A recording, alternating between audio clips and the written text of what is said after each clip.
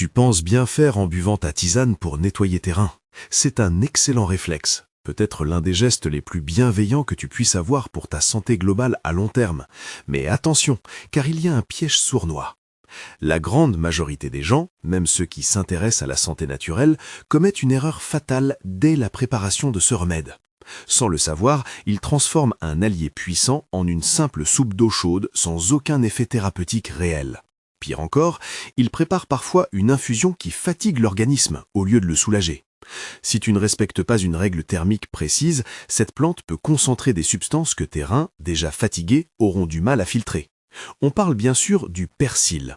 C'est le roi incontesté du nettoyage rénal, disponible partout, dans n'importe quel marché, et très peu coûteux. Tu sais déjà que c'est bon pour la santé, mais ce que tu ignores peut-être, c'est qu'il y a une partie précise de la botte de persil que 90% des gens jettent directement à la poubelle en cuisinant. C'est une erreur monumentale. Cette partie, considérée comme un déchet, contient près de 50% des principes actifs nécessaires au drainage profond des minéraux. Je vais t'expliquer comment récupérer cette partie oubliée et surtout t'enseigner la méthode de la double cuisson pour sauver tes reins. C'est la seule façon d'extraire les bienfaits sans détruire les vitamines. Mais d'abord, voyons pourquoi ton corps réclame ce nettoyage maintenant et comment reconnaître les signaux d'alarme. Imagine tes reins comme le filtre à café de ta maison ou le filtre à huile de ta voiture. Au début, quand tout est neuf, le filtre est propre, l'eau passe vite, le flux est fluide et le résultat est clair. Mais avec le temps, les années qui passent, l'alimentation moderne, le sel, le sucre et les médicaments, ce filtre s'encrasse. Il se charge de résidus microscopiques. Si le filtre se bouche, le liquide ne passe plus correctement, ça stagne. Et quand ça stagne, ça finit par déborder sur le plan de travail. Dans ton corps, ce débordement ne se passe pas dans la cuisine, mais dans tes tissus. C'est visible à l'œil nu si tu sais où regarder. Ce sont tes chevilles qui gonflent le soir après une petite marche ou une journée debout. Tu enlèves tes chaussettes et tu vois la marque de l'élastique imprimée profondément dans ta peau. C'est cette fatigue lourde, écrasante qui te colle à la peau dès le réveil, comme si tu n'avais pas dormi. C'est ce teint un peu terne, grisâtre, brouillé, qui ne reflète pas ta forme réelle. On met souvent ça sur le compte de l'âge. On se dit c'est normal, je vieillis. C'est faux. Ce n'est pas juste une question de vieillissement inévitable. C'est très souvent une accumulation progressive de déchets métaboliques comme l'urée, la créatinine ou l'acide urique que tes reins n'arrivent plus à évacuer assez vite. Ils sont submergés. Le persil agit exactement comme un nettoyeur haute pression, mais en version douce sur ce filtre encrassé. Il force la diurèse. En termes simples, il augmente le volume d'urine pour chasser mécaniquement les sédiments accumulés. Il t'oblige à éliminer ce qui stagne et pourrit à l'intérieur. Cependant, pour que ce nettoyage fonctionne, sans fatiguer ton cœur, avec un afflux de liquide trop brutal, et sans détruire les nutriments de la plante par une cuisson inadaptée, il faut respecter un protocole strict. Tout commence bien avant la cuisine, cela commence au moment de l'achat. Le premier choix que tu dois faire se passe au marché ou au rayon légumes. Persil plat ou persil frisé? Ce n'est pas juste une question d'esthétique ou de décoration pour tes plats du dimanche. Pour notre tisane médicinale, le choix est capital et change la donne. Le persil frisé est joli, il a du volume, mais sa structure même est un piège. Avec ses petites feuilles recroquevillées sur elles-mêmes, le persil frisé est un véritable nid à poussière. Il emprisonne la terre, les œufs d'insectes et pire que tout, les polluants atmosphériques et les résidus de pesticides. C'est une structure qui retient tout. Pour le nettoyer correctement en vue d'une infusion, c'est un cauchemar. Il faut le brasser des dizaines de fois et on n'est jamais sûr qu'il soit propre. Le persil plat, lui, est différent. Il est généralement plus riche en huiles essentielles, ce qui lui donne ce goût plus prononcé et cette odeur plus forte. Mais surtout, sa surface lisse permet un lavage bien plus efficace. L'eau glisse dessus et emporte les impuretés. Pour un remède que l'on va boire, on veut la pureté absolue. Essaie. Si tu as le choix, privilégie toujours le persil plat pour tes infusions. Regarde la couleur, il doit être d'un vert profond, intense. Si les feuilles commencent à jaunir, laisse-le. Le jaunissement signifie que la chlorophylle se dégrade et que les vitamines sont déjà parties. Tu achèterais de la paille. Dis-moi en commentaire, tu es plutôt persil plat ou frisé dans ta cuisine habituellement? Est-ce que tu faisais attention à cette différence pour tes tisanes? Il y a une question critique dont personne ne parle assez. Les pesticides. Le persil est une plante de surface, une véritable éponge. Si tu utilises un persil traité chimiquement, tu vas infuser des poisons directement dans l'eau que tu bois pour te détoxifier. C'est un contresens total et dangereux. Tu ne veux pas boire une infusion de glyphosate. Si tu as la chance d'avoir du persil dans ton jardin ou d'acheter du bio certifié, un simple rinçage à l'eau claire suffit pour enlever la poussière. Mais si tu achètes ton persil en supermarché conventionnel, l'eau ne suffit pas.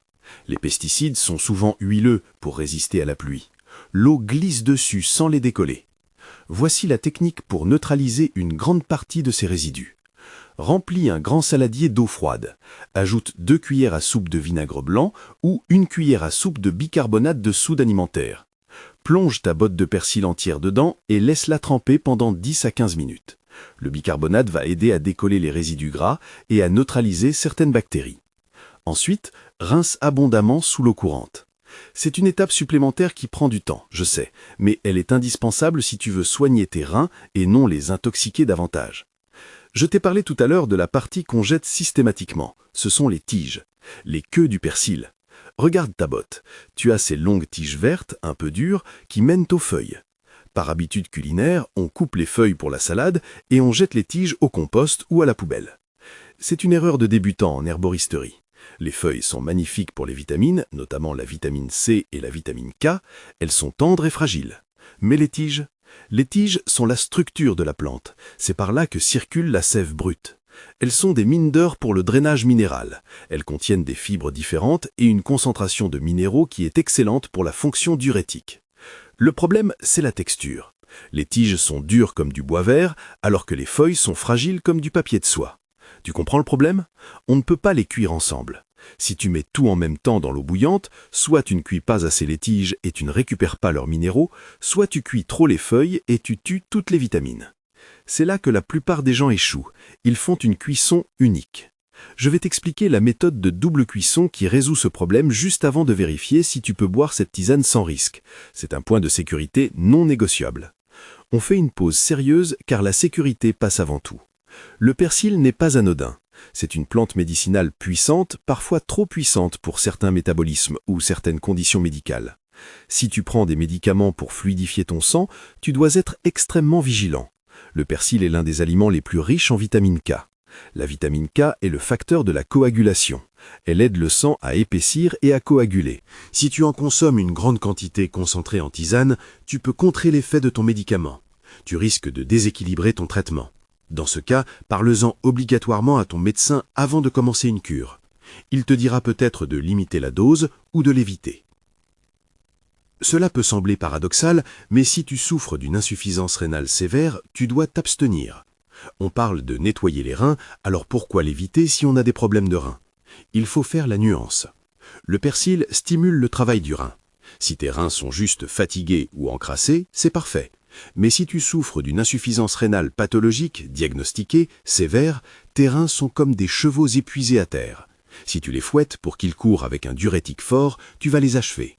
On ne force pas un organe malade, on le laisse au repos. Donc, en cas de maladie rénale grave, pas de tisane de persil sans avis du néphrologue. Enfin, même si cela concerne peut-être plus tes filles, tes belles-filles ou tes petites-filles, c'est bon à savoir. Le persil contient de l'apiole, une substance qui, à haute dose, stimule les contractions utérines. Historiquement, c'était utilisé pour cela.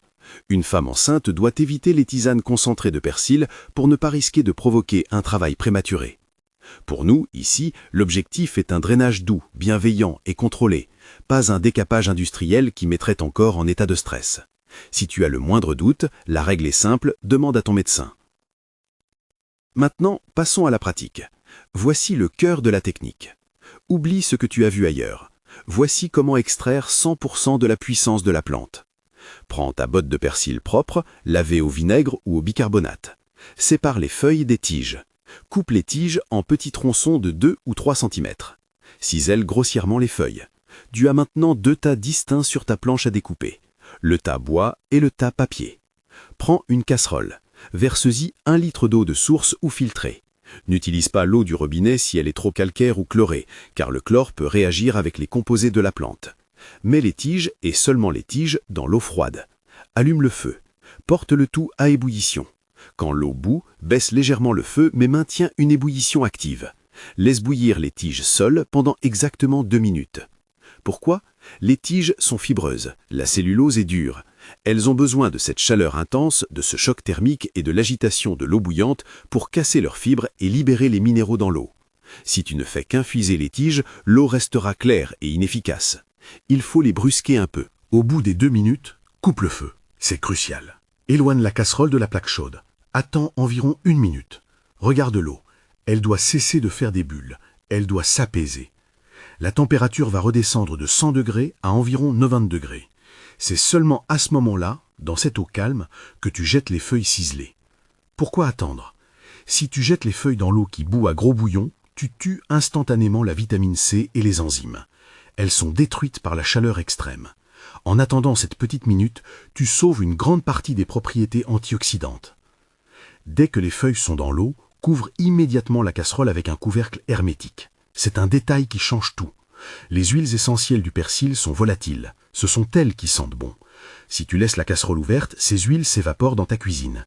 Ta cuisine sentira le persil, mais ta tisane n'aura plus de force. Avec le couvercle, la vapeur condense sur le couvercle et retombe dans la tisane. Tu pièges les actifs. Laisse infuser ainsi pendant 10 minutes, ni plus ni moins.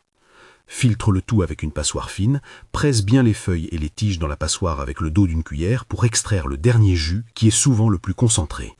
Tu obtiens une liqueur verte dorée très parfumée. Essaie. Si tu ne fais pas ta tisane tout de suite après l'achat, ne jette pas les tiges. Coupe-les et mets-les dans un petit sac de congélation au congélateur. Elles se conservent très bien. Quand tu voudras faire ta tisane, tu pourras utiliser tes tiges congelées directement dans l'eau. C'est une excellente façon de ne rien gaspiller. Il reste un problème potentiel avec le persil qu'il faut absolument neutraliser, les oxalates. Le persil contient naturellement des oxalates. Ce sont des composés organiques qui, chez certaines personnes prédisposées, peuvent cristalliser. Si ces cristaux s'accumulent, ils peuvent former des calculs rénaux. C'est un comble pour une tisane censée nettoyer les reins, n'est-ce pas? On ne veut pas créer le problème qu'on essaie d'éviter. Heureusement, la nature est bien faite et la chimie nous donne une solution simple, le citron. Il ne s'agit pas juste de goût, c'est une réaction chimique. L'acide citrique contenu dans le citron a la capacité de se lier au calcium dans l'urine. En faisant cela, il empêche les cristaux d'oxalate de calcium de se former et de s'agréger en cailloux. Le citron garde les minéraux en solution liquide pour qu'ils soient évacués sans douleur. Le protocole est simple.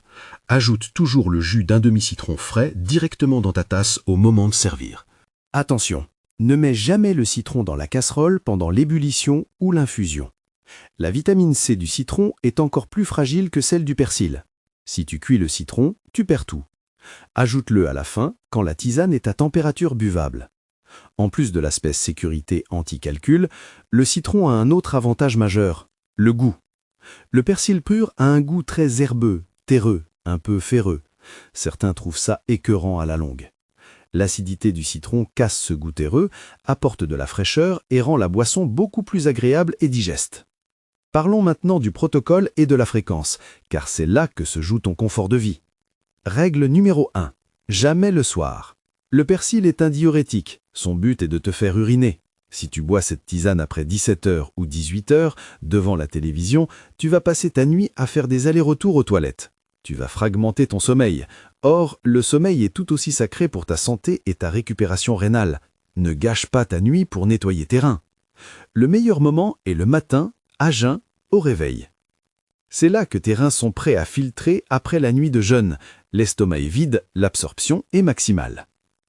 Si tu ne peux pas le matin, bois-la 30 minutes avant le déjeuner. Ne bois pas ça tous les jours, toute l'année. Ce n'est pas de l'eau, c'est un remède actif. Si tu stimules tes reins en permanence, ils vont s'habituer ou s'épuiser. Il faut fonctionner par cycle. Essaie ce rythme. Fais une cure courte de 3 jours consécutifs, une seule fois par mois. Par exemple, du 1er au 3 du mois. C'est facile à retenir. Pendant ces 3 jours, bois 1 litre de cette préparation répartie dans la journée. C'est largement suffisant pour un entretien régulier. C'est comme la vidange de la voiture. On ne la fait pas tous les matins, mais on la fait régulièrement. Comment savoir si le nettoyage se fait réellement? Tu ne peux pas voir tes reins, mais tu peux voir le résultat. Il y a des signes physiques qui ne trompent pas. Le premier signe, c'est mécanique et immédiat. Tu vas aller aux toilettes beaucoup plus souvent. Le volume d'urine sera plus important que d'habitude, c'est la preuve que la diurèse fonctionne et que l'eau ne reste pas piégée dans tes tissus. Ensuite, observe la couleur. Au début du processus, lors du premier jour, l'urine peut devenir un peu plus foncée, plus chargée, ou avoir une odeur plus forte inhabituelle. C'est bon signe. Cela signifie que les déchets stockés, les toxines qui stagnaient, sont en train d'être remuées et évacuées. Puis, au fil des jours, elle deviendra très claire, limpide, presque comme de l'eau de roche. C'est le signe que le filtre est propre. Un autre signe très agréable, c'est au niveau de tes extrémités. Si tu as l'habitude d'avoir les doigts boudinés, tu vas remarquer que tes bagues serrent moins. Elles tournent plus facilement autour de ton doigt. Le soir, tes chevilles seront plus fines, tes chaussures seront plus faciles à mettre ou à enlever. C'est la rétention d'eau qui s'en va, soulageant la pression sur tes tissus. Tu te sentiras plus léger, littéralement dégonflé. Si tu apprécies ces détails pratiques qui font la différence au quotidien, pense à t'abonner à la chaîne. On parle de santé réelle ici, sans tabou, avec du bon sens et des explications claires. Je sais que certains d'entre vous détestent le goût des tisanes aux herbes. L'idée de boire de l'eau chaude au goût de plante vous rebute. Ou peut-être que nous sommes en plein été, qu'il fait 30 degrés, et que l'idée d'une tisane bouillante est insupportable. Pas de panique. Tu n'es pas obligé de te forcer. Tu peux profiter des bienfaits du persil en version froide. Voici une variante excellente, le smoothie persil-concombre. Il suffit de mettre dans un blender une poignée de persil frais, un demi-concombre avec la peau s'il est bio, le jus d'un citron et un grand verre d'eau. Mixe le tout jusqu'à obtenir un jus vert très lisse. Pourquoi le concombre ? Le concombre est lui aussi un excellent diurétique naturel. Il est composé à 96% d'eau et il est très riche en potassium et en silice.